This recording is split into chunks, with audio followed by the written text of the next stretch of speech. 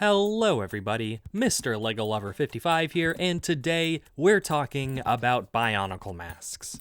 Again, Bionicle masks, aka Kanohi, have always been a major staple of the Bionicle theme, and while we've gotten many from its 12 years on store shelves, the theme's 9-year absence has left a vacuum that's come to be filled by none other than custom Kanohi. Since the last custom masks video, I've been attempting to widen my spectrum, broaden my horizons a bit, scouring for new sellers, and there are quite a few. As discussed in the last video, with official Bionicle masks getting more rare and expensive these days, it's grown easier to lean more towards items of the custom variety. Like, I'm sorry, but $72 still ain't doing it for me. Just not very palatable. And while many custom masks can still go for a pretty penny, it's much less extreme than the aftermarket for official parts, prices for which keep going up, while prices for customs have remained relatively steady. So, I mean, clearly it's as good of an excuse as any to spend all my money on more of these things, right?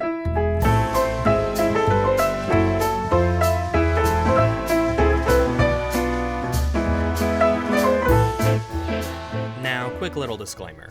It's not my intention to discourage anyone, mentioned or not. It's easy to say one thing's better over another, but when you're in a community as small as Bionicles, I think it's especially important to keep in mind that most people creating these items do it for the love of the theme, and that alone, I feel, is worth supporting. Additionally, this video isn't sponsored in any way, but if you'd like to support the channel and see more videos like this, consider checking out my brand new Etsy store, or sharing this video with other mask-crazed Bionicle nerds, and maybe like or subscribe or something. I don't know, if you feel so inclined to. Now, there was one seller I wanted to include in the last video that I didn't quite manage to insert because of the whole Bionicle Day time crunch. I saw someone post a photo of a really convincing dark blue custom of Toa Wanua's Ruru on Twitter, and that led me to Buryu's Forge on Etsy. I picked up these three for my first order and ended up placing a second sometime after because he genuinely has some great painted resin prints. I've always been kinda iffy on painted masks since it's often tricky for people to get paint matches to official LEGO colors just right, but Buryu does a pretty decent job with matching his gold. Something kinda tricky since LEGO seems to change it ever so slightly every decade. You can't keep getting away with it! And an especially great job with gunmetal. I used this mask of adaptability on my Toa Zarya mock for last year's Duckbricks hosted Fanon contest. The mock uses both the old and new versions of the color, but the mask still manages to blend in quite seamlessly.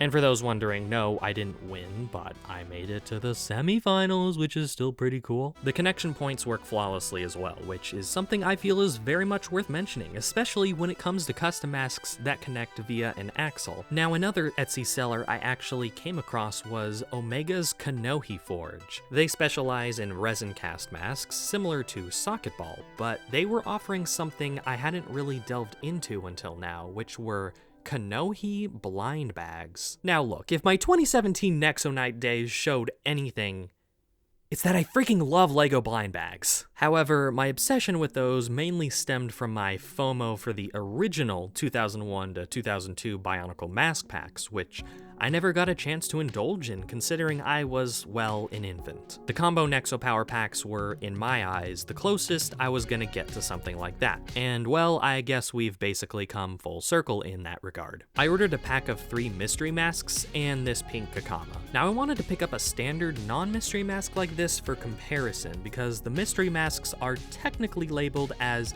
defective elements. These are the 3 I ended up getting, and honestly, for defects, these ain't half bad. Of course, everyone's mask defectiveness will vary if they choose to order one of these packs, but I'd say I made out pretty good. These are all pretty much usable with the imperfections not super obvious right off the bat. This Huna looks like it had some trapped air bubbles in the casting process, but it's mostly hidden at the back. And this Kakama has a couple nicks and some weird colored speckles, but it can easily just be passed off as battle damage and dirt, or just some cool dual molding. The least interesting item to me, I'd say, would be this How, considering, well, but it's got a bit of roughness to it that, I don't know, it makes it feel almost ancient. So yeah, even something like this can find a use over something more pristine. That being said, I do love masks that are pristine, clean, and shiny, hence why I picked up these dripped out chrome masks from Chrome Block City. As you can guess by their name, they specialize in giving a wide array of LEGO elements beautiful chrome finishes, and that includes Bionicle masks. Didn't take a good enough photo of garbage to win a golden mask for that 2015 contest? Then it's no problem, because these work as perfect substitutes. There's something just so innately cool about chrome Bionicle masks and just chrome LEGO pieces in general. I will say the pricing for some masks isn't the most consistent. Some will be a fair $5 to $7, while others of the same caliber and rarity will be double or even triple the price. Only sense I can give to this is that the prices are based on demand for certain masks, but I can't be too certain. Unlike most of what I've covered, these do use official LEGO elements as a base, so I'm sure it's likely something to do with that. And it's not really any fault of the sellers, but the shipping process was also a little funky and package tracking not the easiest to follow, though that's kind of just how it is with most international orders. I haven't really touched on shipping times of all the sellers I've covered, since most have been about the same, taking roughly 2 to 3 weeks, which is pretty reasonable, as most of these sellers are one-man operations. Now with all these resin prints, resin casts, injection molded elements, 3D prints have honestly become one of my least preferred options for custom masks. However, I decided to place an order from King Sidorak, known for his 3D printed Bionicle elements, because of the sheer variety this man has. Because look, as much as I love the How, and I love it, I got like 32 of these things now, you saw, there are tons of other masks out there that I'd like to see in more colors, like these Faxons, or this Almac. Gosh, what I wouldn't give for an injection molded Almac in trans satin light blue. Such a specific thing to wish for, I know, but I can dream. Until then, something like this will suffice. The quality is about what you'd expect from an FDM 3D print with lots of visible layering. The color match isn't too far off with some masks, while others have some ways to go. The connections were additionally very tight, so some sanding down on the axles was sort of necessary. And again, I have to emphasize just how vast the variety is here. He has a ton of different masks in a ton of different colors, but he also sells recolors of a ton of different Bionicle elements, from armor to limbs to ball and socket connectors. Again, these days I'm not much of a 3D printed parts person, but I'll probably come back. Filament printing, as far as I know, is generally much more accessible, allowing people to fill incredibly small niches in the custom parts game like this, and I'm very appreciative of that. On that note, a bit of a smaller order, but this teal Metru Matatu comes from Nate's Mask Shop on Instagram. Most sellers I've purchased from have been from their own sites or a page on a marketplace. He basically does mask drops on his story, where you would then message him to place an order of whatever masks are available. Was hoping to get that white Ruru, but it was sadly sold out. Props to whoever picked that one up though. It's different from what I'm used to, but from what I understand, he is looking into setting up an Etsy store at some point. The mask itself is great, and I will absolutely have to pair it up with all the new teal parts LEGO's been producing. Now, my goal with these have always been to highlight as many different sellers as possible. However, that's not going to stop me from covering new developments on ones I've touched on prior. So adding on to this list with a familiar name, Ziontyro Custom Wares has had numerous new injection molded additions since the last video. A number of recolored Hows and Krakons have hit the store page, and once again, these are amazing. We've gotten more transparent colors and some translucent satin ones as well. These are just glorious. Just imagine getting other masks in these colors. Be a dream. One that actually might not be too far-fetched. Because as mentioned in the last video, Ziontyro has been working on new mask molds, and well, here they are in all their glory. I gotta say, having them in hand, they're better than I was hoping. One of my worries with this batch of new masks was that the plastic quality was gonna be hard like the Krakons, despite the original being a softer plastic. But the plastic is basically spot on the exact same as the originals. These are genuinely really impressive. It even makes the same sound when you drop it. But of course, the absolute highlight of this batch is hands down that pearl gold Ignika. Originally one of the rarest and most expensive Bionicle masks ever, you too can now own one for the low price of $5 US.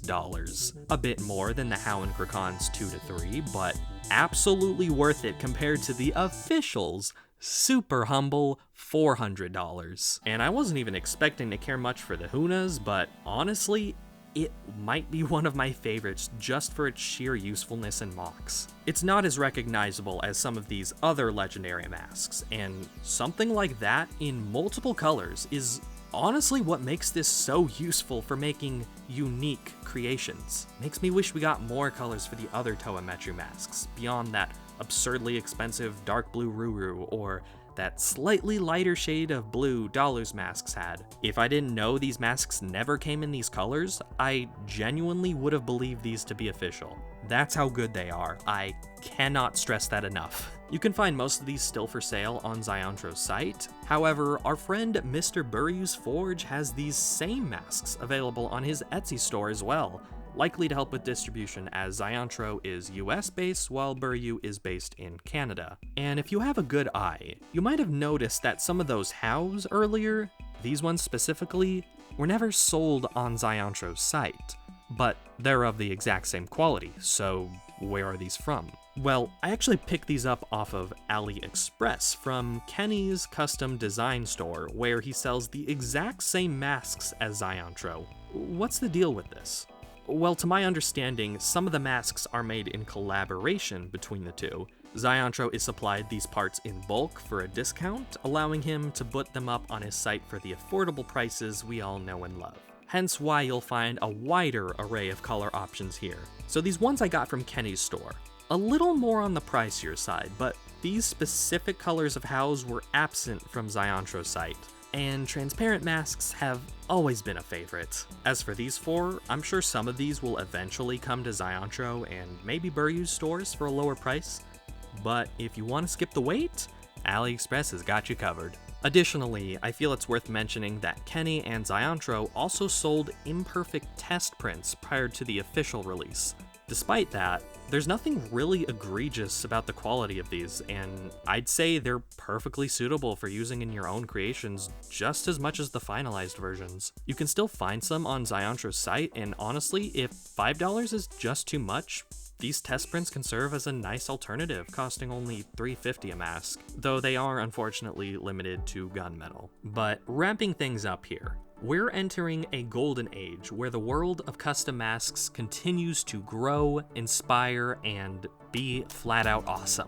Despite how long this theme has been absent from LEGO's portfolio, these sellers persist in pushing the boundaries of what's possible for custom Kanohi to keep our Bionicle collections and creations fresh with new and interesting elements. Most, if not all, of Bionicle and Construction's part catalog, including the masks, have been retired by this point, with nearly all the molds having been destroyed, save for a few stragglers here and there. And honestly, with how phenomenal the mask quality has been with many of these sellers, I'm sure it won't be long until we've got people full-on recreating Bionicle and CCBS parts of all sorts.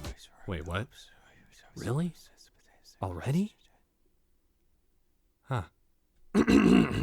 It's, come to my attention that apparently that's already happened. But, that's a topic for another video. Again, if anything I've shown here today interests you at all, do be sure to check out these sellers' sites and pages. I'll have all the relevant links in the description. And if you'd like to see me make another video like this, leave a comment, leave a like, or share this video around.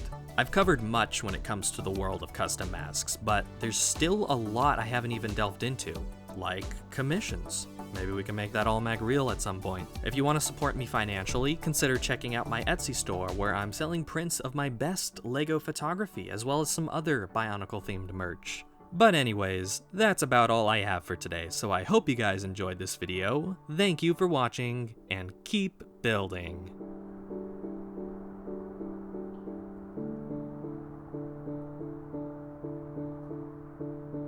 Doopity-doo, scrolling through emails, doopity-doo, looking through spam, doopity-doo, Shape was coming back, doopity- Wait, what?